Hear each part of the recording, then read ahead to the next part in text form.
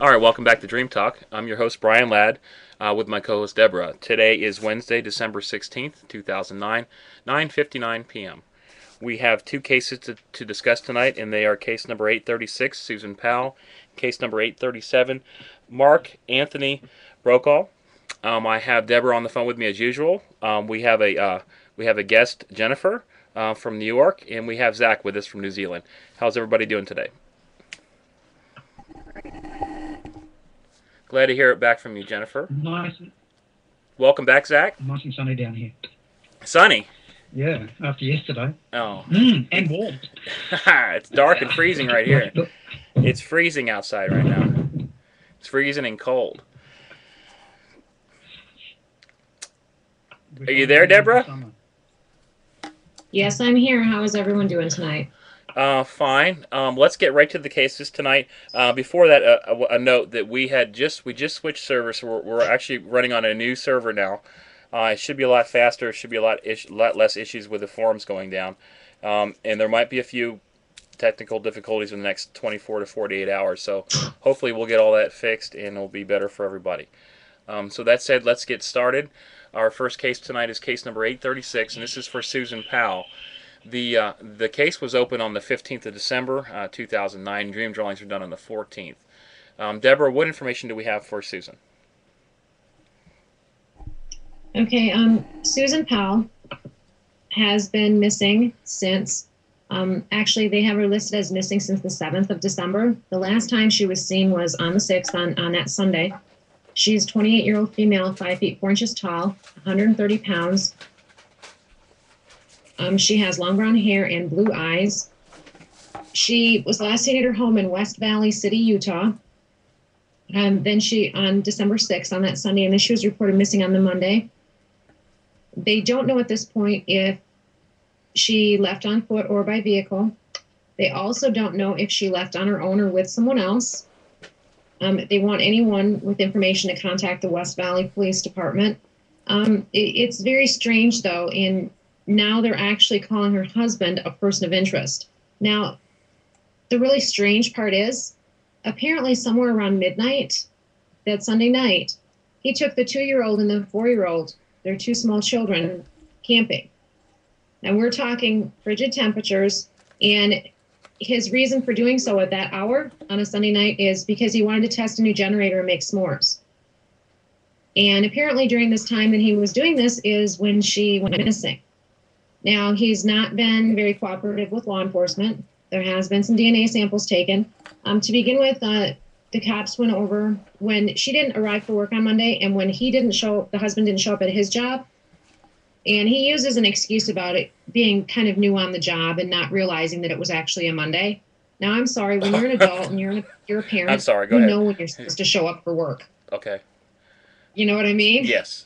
So what happened was they went over to the home to check, thinking that maybe, something had happened to the family, carbon monoxide poisoning or something like that. And the home was locked, so they had to break into the house. And when they did that, they did find a wet spot on the carpet with a couple of fans drying it. Now, they haven't commented on what that is. And, Susan's father was saying that he didn't really think that the husband, Josh, was capable of harming his daughter. But it's not looking too good right now. He's not cooperating. He has since gotten himself a lawyer. Like I said, there has been some DNA samples taken, but I would think if you had nothing to do with it and your wife comes up missing, the mother of your 2 small children, you'd do something to try to find her. You'd cooperate with authorities. You'd have, this guy doesn't even have a straight story. And normally when that happens, it's because they're lying. Yeah. Kind of like, if you never tell a lie, you never have to, remember it. Yeah. If you So don't. Yeah. You don't have to think. it's looking pretty grim. Susan's a stockbroker, a young mom, just 28 years old. And yeah, it's looking like something horrible happened. When they went out to the camping area where he says he'd taken the kids, there's snow on the ground and everything. So, and like I said, very cold temperatures out in Utah at this time of year. So, and he Yeah. can't use the excuse that he doesn't know, that it was actually Monday because he had no problem on Sunday arriving at church. And knowing, Sundays are normally a day that people do that. So he's just, in my opinion, full of it. And, there's no trace of what's happened to Susan at this point.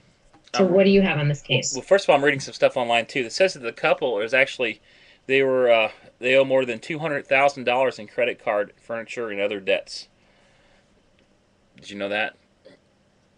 That part I didn't know. It says That's pretty spooky. Susan's keys, purse, wallet, and car were all found at the home. And Right. police do suspect foul play. Okay, what we did yesterday And is they're calling the husband a person of interest. okay. This is new news. Yesterday we tried to do a show on this, but we didn't due to technical difficulties. We weren't able to do it. So real quick, the first dream drawing is a room, and I'm not sure what that object is. Might be a stove. It says this is a room. Not sure what the object is. And in the background, I believe that is some type of vertical blinds, and the vertical blinds may be broken. And I think to the left is a cord, and the cord isn't going straight down, so it may be tied to the stove or something like that.